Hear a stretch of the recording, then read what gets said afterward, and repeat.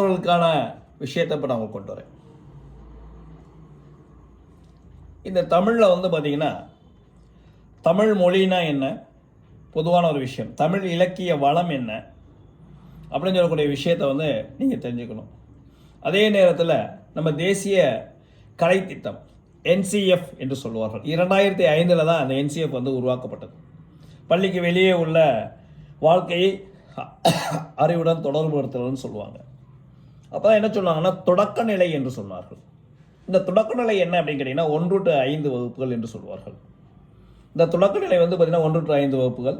அதில் வந்து பார்த்திங்கன்னா உங்களுக்கு தமிழ் என்று ப்ளஸ் என்னென்னலாம் இருக்கும் அப்படின்னு சொல்லி பார்த்தீங்கன்னா, தமிழ் வாழ்வியல் என்று ஒன்று இருக்குது, தமிழ் பண்பாடு ஒன்று இருக்குது.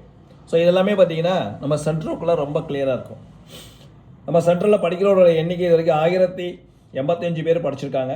ஏன்னா ரொம்ப லிமிட்டட் பேட்ச். ஒரு பேட்சுக்கு 25 பேருக்கு மேலே நீங்கள் ₹1,00,000 கொடுத்தாலும் இங்கே அட்மிஷன் போட மாட்டாங்க.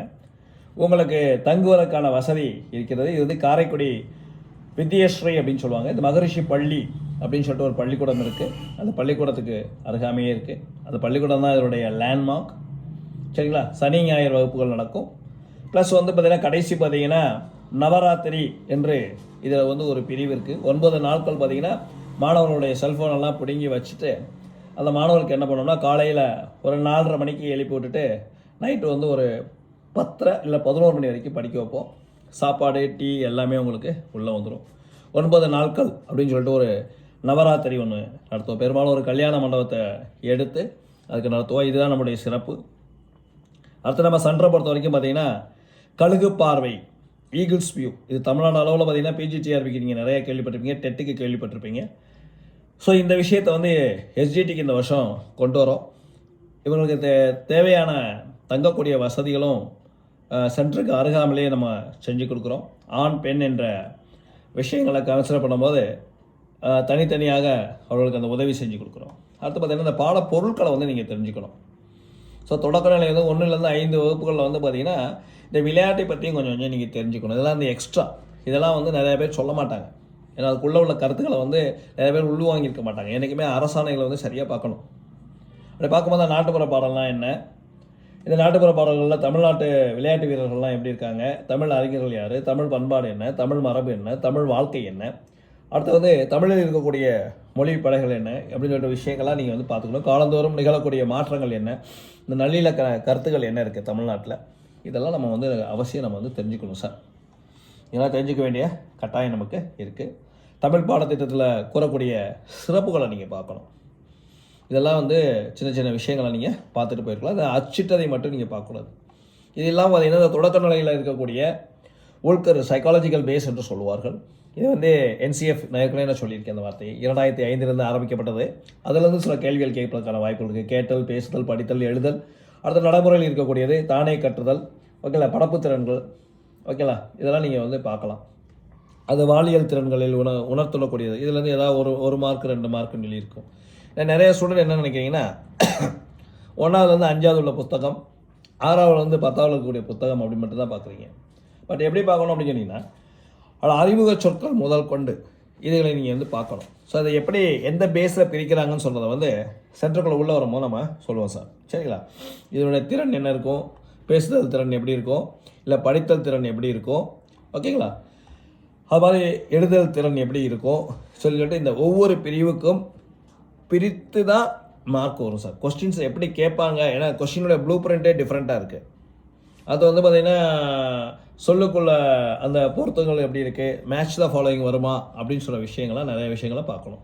படைப்பாற்றலுடைய திறன்கள் என்ன அப்படின்னு சொல்கிற விஷயங்களை நம்ம பார்க்கணும் சார். இதெல்லாமே பார்த்தீங்கன்னா தான் ஒரு சப்ஜெக்ட் வந்து நமக்கு வந்து ஃபுல்லாக வந்து முடியும். அதுக்கு 6 to 10 அதில் என்ன சார் திறன் வரும்னா மாறி மாறி வரும். உரையாடல் வரும், கருத்துடையாடல் வரும், கட்டுரைகள் வரும், இலக்கிய நயம் வரும், என்ன சொல்லுவாங்கன்னா லிட்ரரி டிவைசஸ் என்று சொல்வார்கள். இது எல்லாமே உங்களுக்கு கலந்தது தான் இருக்கும். அதுக்கடுத்து பார்த்தீங்கன்னா இலக்கணம் வந்து ஒரு முக்கியமான ஒரு பகுதியாக இருக்குது சார். ஓகே சார், நான் பேசுவது உங்களுக்கு தெளிவாக கேட்கும்னு நம்புகிறேன். எனக்கு உங்கள் சைட்லேருந்து ஒரே ஒரு ஆன்சர் வந்தாலும் சந்தோஷம். நன்றி நன்றி. அடுத்து 6ஆம் வகுப்பு, 7ஆம் வகுப்பு, 8ஆம் வகுப்பு, இதான் சார் உங்களை அறிமுக வகுப்பு. இல்லை என்னென்ன இருக்குது, அதாவது 9, 10 அதையும் சேர்த்துக்குங்க. இலக்கணங்கள்லேருந்து கேள்விகள் வந்து சராசரியாக ஒரு 30% இருந்து 40% எதிர்பார்க்கப்படலாம்.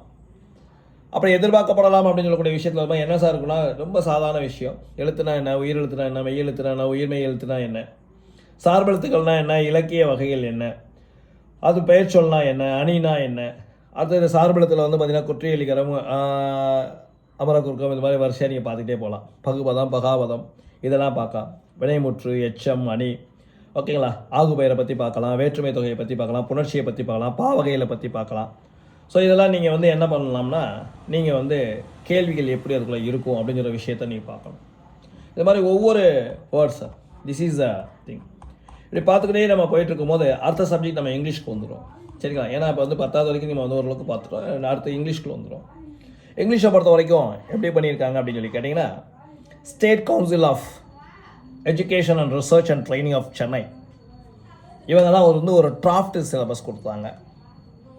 இது இப்படி தான் இருக்கும் அப்படின்னு சொல்லிட்டு வாட் தே ஸ்டார்ட்னா, they start with the competitive skills, objectives, learning outcomes, classroom productions and evaluation. ரொம்ப முக்கியமானது எவாலுவேஷன். நம்ம எவாலுவேஷன் வந்து பார்த்திங்கன்னா புக்கில் இருக்கும், மதிநுட்பத்துடன் பார்த்தா மட்டும்தான் அது இருக்கும். அதில் வந்து கேள்விகள் வந்து அதிகமாக கேட்க மாட்டாங்க. ஒரு எக்ஸாம்பிள் பார்த்தீங்கன்னா அதுலேருந்து ஒரு ஒன் வேர்டு வரும், நீங்கள் புத்தகத்துக்குள்ளே வரல அப்படின்னு சொல்லி நீங்கள் தடுவீங்க. பட் என்ன அப்படின்னு கேட்டிங்கன்னா, எங்கே சார் தடுமாறுவீங்கன்னு கேட்டிங்கன்னா, ஒரு நேம் இருக்கும். A name is spoken. It can be chosen dash picture or object அப்படின்னு சொல்லி கொடுப்பாங்க. அதில் என்ன ஆன்சர் கொடுப்பாங்கன்னா, கீழே இருக்க கரெக்டான ஆப்ஷன் என்னென்னா ரைட் பிக்சர், பார்ட்லி ரைட், அடுத்து பார்த்தீங்கன்னா இட் இஸ் ரைட் ராங் அப்படின்னு சொல்லிலாம் கொடுத்துருப்பாங்க. அப்போ இதுக்கு என்னென்னே நமக்கு தெரியாது சார், இது எந்த லெசன்லேயுமே வரல சார் அப்படின்னு நீங்கள் சொல்லுவீங்க. இது வந்து பார்த்தீங்கன்னா 8ஆம் வகுப்பில் இருக்கக்கூடிய ஒரு கேள்வி. இது திறனாய்வை மையப்படுத்தி வரக்கூடிய கேள்வி. அப்போ the learners will be having the basic level of the vocabulary நீங்கள் பார்க்கணும். phrase, sentences அந்த ஃபேமிலி பேஸ்டு அந்த லாங்குவேஜை பார்க்கணும். கிராமர் பார்க்கணும். கிராமருக்கு வந்து ரொம்ப அடித்தடையான இருக்கும். நிறைய பேர் பார்த்தீங்கன்னா தமிழ் மிக்ஸ்டு குரூப்பாக இருப்பீங்க. கிராமர் அவசியம் பார்க்கணும். நிறைய டெஸ்ட்டு பண்ணணும். நம்மளை பொறுத்த வரைக்கும் நிறைய கிராமட்டிக்கலாக இருக்கிற டெஸ்ட் நிறைய இருக்குது. டெஸ்ட்டு வந்து உங்களுக்கு சாம்பிள் தர சொல்கிறேன். தயவுசெய்து அந்த குரூப்பில் வந்து முதல்ல இணைஞ்சிக்குங்க. எஸ்ஜிடின்னு போட்டு இணைஞ்சிக்குங்க. உங்களுக்கு தேவையான அனைத்து விஷயங்கள் வரும். மேடம் ஒரு நிமிஷம், மேம் லைனில் இருக்கீங்களா? Office guy, office ma'am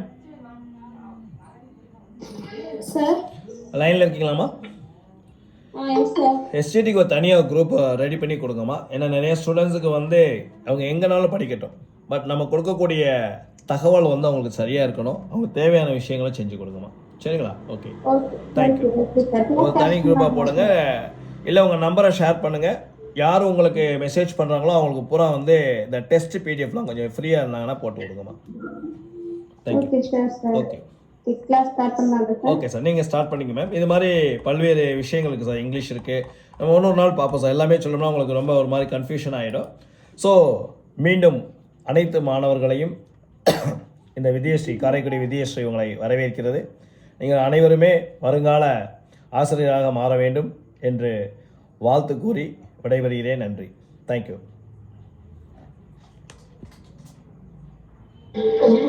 Thank you, sir.